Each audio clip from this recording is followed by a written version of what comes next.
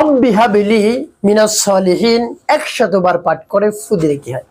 আমি আবার বলছি, রব্বি হাবলি মিনাস সালিহিন 100 বার পাঠ করে ফু দিলে কি হয়? খুবই দামি এবং গুরুত্বপূর্ণ আমল। আমলটা আপনি শিখে রাখুন, আপনার কাজে লাগবে। আমলটি কখন কিভাবে করবেন, কোন নিয়মে করবেন, আমলটি করে কিভাবে আপনি উপকৃত হবেন আমি বলে দিচ্ছি।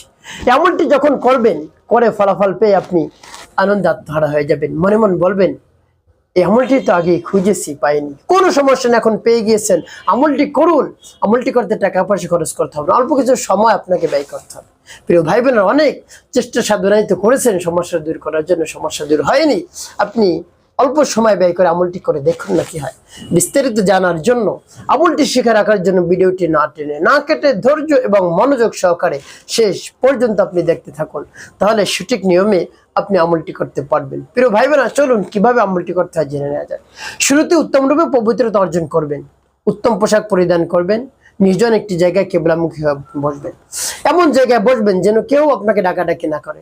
এমন কাজটি করবেন না যে অর্ধেক আমল করলেন, এরপরে উঠে কিছু কাজ করে এসে আবার করলেন। এটা করবেন না। এক বৈঠকে বসে, এক মজলিসে বসে আপনি আমলটি শেষ করবেন, তাহলে সে আমল অনেক দ্রুত কাজ হয়। প্রিয় ভাই বোনেরা, এভাবে বসে সর্বপ্রথম কি পাঠ করবেন? জীবনের গুনার কথা স্মরণ করে ক্ষমা প্রার্থনা করবেন, আস্তাগফিরুল্লাহ আস্তাগফিরুল্লাহ আস্তাগফিরুল্লাহ, বা পূর্ণ ইস্তিগফারটি আপনি পাঠ করতে পারেন। আস্তাগফিরুল্লাহ রাব্বি মিন কুল্লি যামবি ওয়া আতুবু ইলাইহি লা হাওলা ওয়ালা কুওয়াতা ইল্লা বিল্লাহিল আলিয়্যিল আযীম। এবং যখন পাঠ করা হয়ে যাবে, এরপর 3 বার দুরূদ শরীফ সাল্লাল্লাহু আলাইহি ওয়াসাল্লাম সাল্লাল্লাহু আলাইহি ওয়াসাল্লাম সাল্লাল্লাহু আলাইহি ওয়াসাল্লাম ইস্তিগফার দুরূদ শরীফ যখন পাঠ করা হয়ে যাবে, এরপরে আপনি কি করবেন?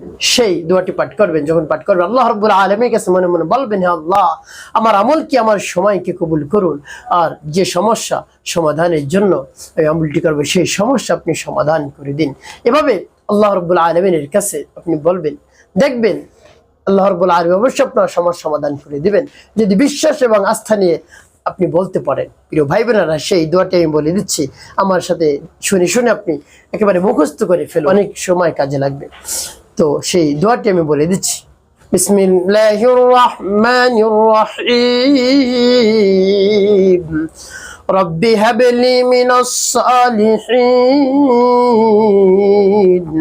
রব্বি হাবলি মিনাস সালিহিন। রব্বি হাবলি মিনাস সালিহিন। এবার যখন পাঠ করে যেতে হবে, তারপর আপনি আবার পাঠ করবেন, বিসমিল্লাহির রাহমানির রাহিম। রব্বি হাবলি মিনাস সালিহিন। রব্বি হাবলি মিনাস সালিহিন। রব্বি হাবলি মিনাস সালিহিন। এবার তারপর আপনি মনে করেন যে আবার পাঠ করবেন, বিসমিল্লাহির রাহমানির রাহিম। রব্বি হাবলি মিনাস সালিহিন।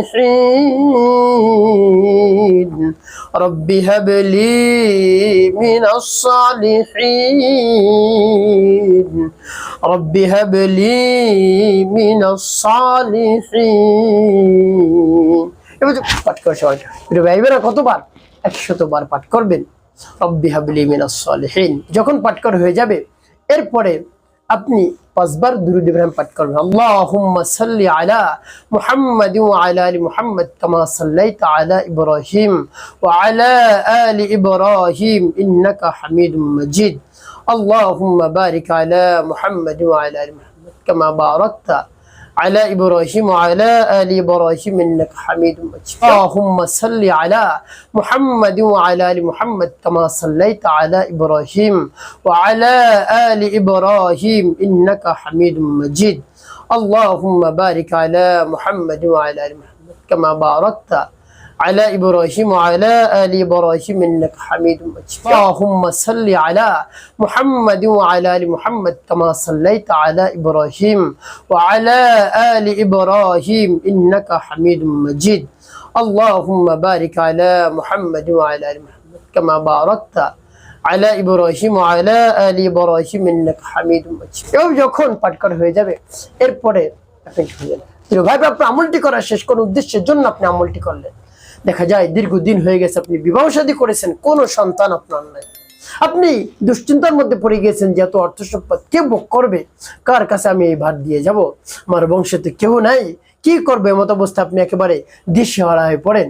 আর দিশেহারা আপনার হতে হবে না, রব্বে কারিমের শান, রব্বে কারিমের আর দিশেহারা হতে হবে না, রব্বে কারিমের আপনি দরবারে আমলটি পেশ করুন, দেখবেন আল্লাহ রাব্বুল আলামিন আপনার দোয়া দরখাস্ত কবুল করে নিয়েছেন। নেককার সন্তান আল্লাহ রাব্বুল আলামিন আপনাকে দান করবেন। পুত্র সন্তান দরকার হয় পুত্র সন্তানের কথা আল্লাহ রাব্বুল আলামিনের কাছে বলবেন। কন্যা সন্তান দরকার হয় কন্যা সন্তানের কথা আল্লাহ রাব্বুল আলামিনের কাছে বলবেন। দেখবেন আল্লাহ রাব্বুল আলামিন দিয়ে দিয়েছেন তার শান অনুযায়ী, তার মান অনুযায়ী ইনশাআল্লাহ আপনার কোল জুড়ে একটি ফুটফুটে সন্তান আল্লাহ রাব্বুল আলামিন দান করবেন। যদি বিশ্বাস নিয়ে, আস্থা নিয়ে, দৃঢ়তার সাথে এভাবে পাঠ করতে পারেন, দোয়া করতে পারেন, কাজ হয়ে যাবে। প্রিয় ভাই বোন, একটি কাজ করতে হবে, 5 ওয়াক্ত নামাজ আদায় করতে হবে, মানুষের খেদমতে কল্যাণে কাজ করবেন, অবশ্যই আপনার জীবন হবে সুখময় এবং শান্তিপূর্ণ ইনশাআল্লাহ।